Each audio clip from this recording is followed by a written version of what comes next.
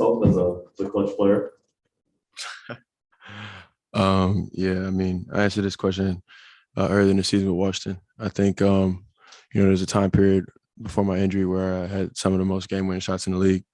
That was obviously with the Nets. So, yeah. Well, you're still second, and you got 6 now in the final 10 seconds. Go ahead, Bill Bills. This season or in the past 5? Past 5? Oh yeah.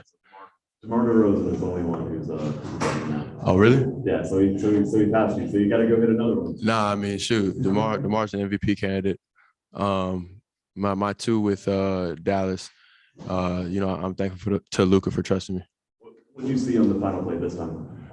Well, they doubled him. So, in Boston, we talked about how he kind of broke down the defense and Robert Williams had the natural reaction of a big to go to the paint and left me open, right? This one, I was in the high slot on the right side. Luka got the switch he wanted. He was going to operate. They sent the double.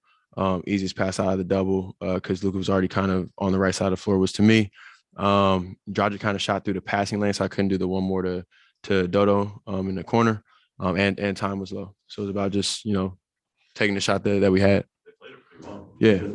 Yeah. You mentioned Luka has trusted you these last 2 games, really since you've been here. What does it mean? He's clearly the superstar on the team to earn that trust, develop that trust as quickly as you have. What does that say? I mean, it's a credit to him, right? Because as a superstar, it's within your power, within your control. You can make people feel wanted. You can make them feel not wanted. You can trust them, not trust them. And remember my first 2 games, like I didn't really do much. I was trying to fit in, trying to figure out the spots they wanted me in and things like that. And, he was one of the people saying like, no, like go do your thing. Like you need to make plays for us to be good. So, it's a credit to him. Like he could have did whatever he wanted. You know what I mean? Like he's a superstar. He could have done whatever he wanted. What goes through your mind as you're streaking along the courtside fans? And I don't know what you were shouting, but everybody's mobbing you. Just what does it feel like in that moment? What are you thinking?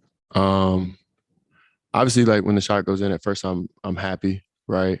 And then obviously I turn around because naturally, actually, kind of if you choose to turn around, saw Luca, so jumped up and celebrated with Luca.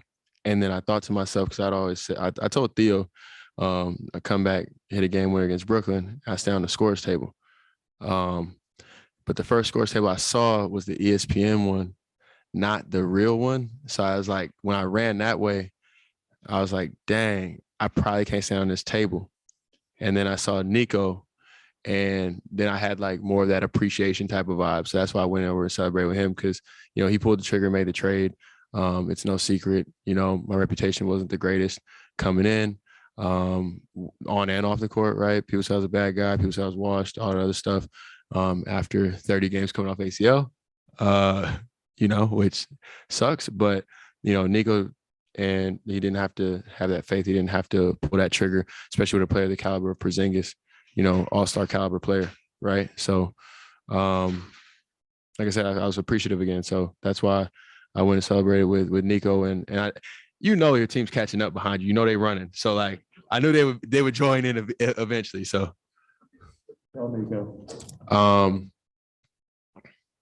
thank you, and let's go home with a lot of expletives and handshakes and chest bumps and stuff. Basically, Go to Philly and then Charlotte first. Yeah, completely forgot about that. When you hit some of the winners here, Yeah. how this ball was going to be in your hands. You were sort of the guy for that back then. Yeah. You run down the clock, and do you think going into these last 2 possessions, you're going to get the ball, or is Luka going to shoot it, or it's just all? No.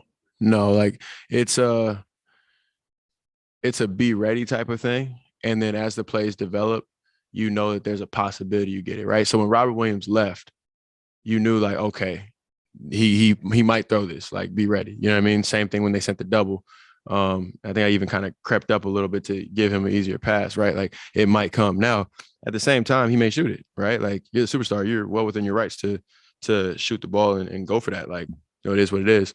So it's far different than closing games. Like you said with Brooklyn, where I knew I was going to be the one taking the shot. But like regardless, I think there's a confidence level to do it already because I've done it before. But in this situation, you want the superstar backing you and trusting you, right?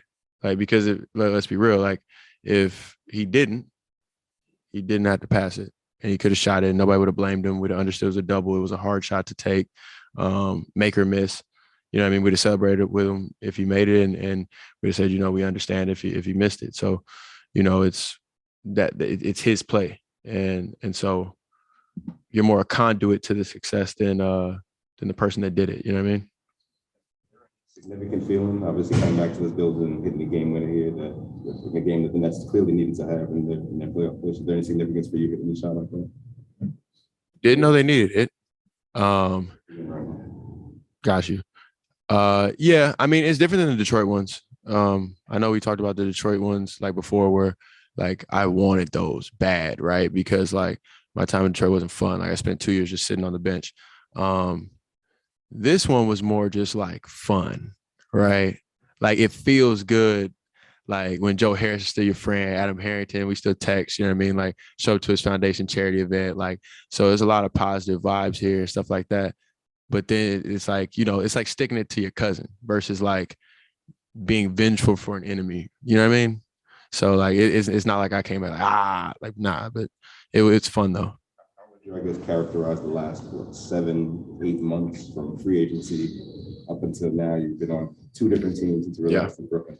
What's like with another? I mean, it's a whirlwind, man. Like, you know, getting healthy 7-8 months ago, like I definitely wasn't playing basketball. Or, no, let me take it back. I was just cleared because I'm at like 13 months now. So I had just gotten cleared, you know, still kind of getting into it, trying to start playing again, figuring out where I'm gonna go, going to DC, having obviously high hopes for that situation, it not working out, coming to Dallas, it working out so far, and obviously hopefully continue to trend up. And, you know, just a lot, man. Like I shoot, you wrote the story yesterday, right? Like I'm living out of 5 suitcases in hotel rooms. So every game's a road game, technically. Like, you know, just is what it is.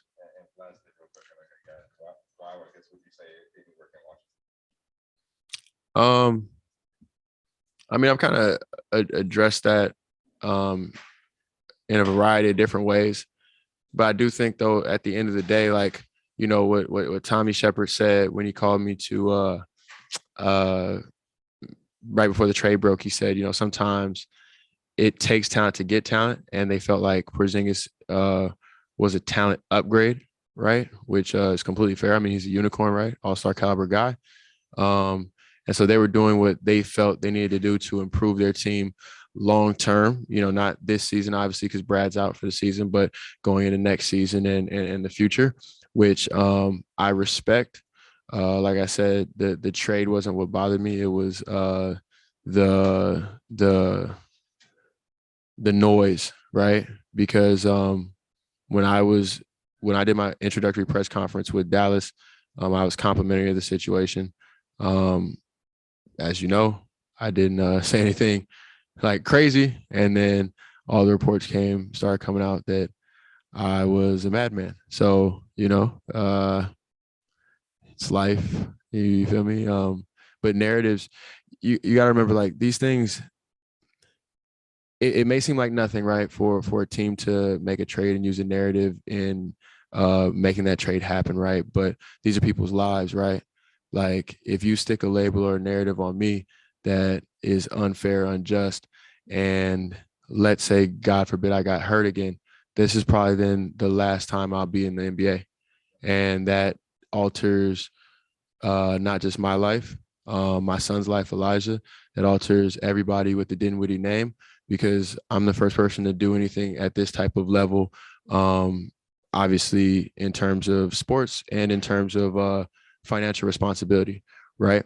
So it can be extremely destructive to do things like that. And I think that's why you guys got the comments from me later about being hurt, because at the end of the day, you wouldn't want that situation. You know what I mean? You'd want to be able to have another shot in the league, even if it's on minimums or whatever it is, and be able to grind up and be able to, you know, be a good teammate and be a part of the experience and the brotherhood. You know, some people are grinding just to get 10 years in this league so they can get, you know, the full pension and healthcare and coverage and stuff like that. And what if a narrative cuts him short at 8? And, you know, he might have been a guy that could have got 2 more minimums and got to 10. You know what I mean? His whole family would have got to take care of healthcare, all that other stuff. You know what I'm saying? I'm not necessarily in that position because I will have 10 years in this league and I hope to play a long time beyond that. But that's where my mind goes with stuff like that because I didn't do nothing to them. You know what I mean? I didn't say nothing bad about them afterwards. Thanks, Spencer.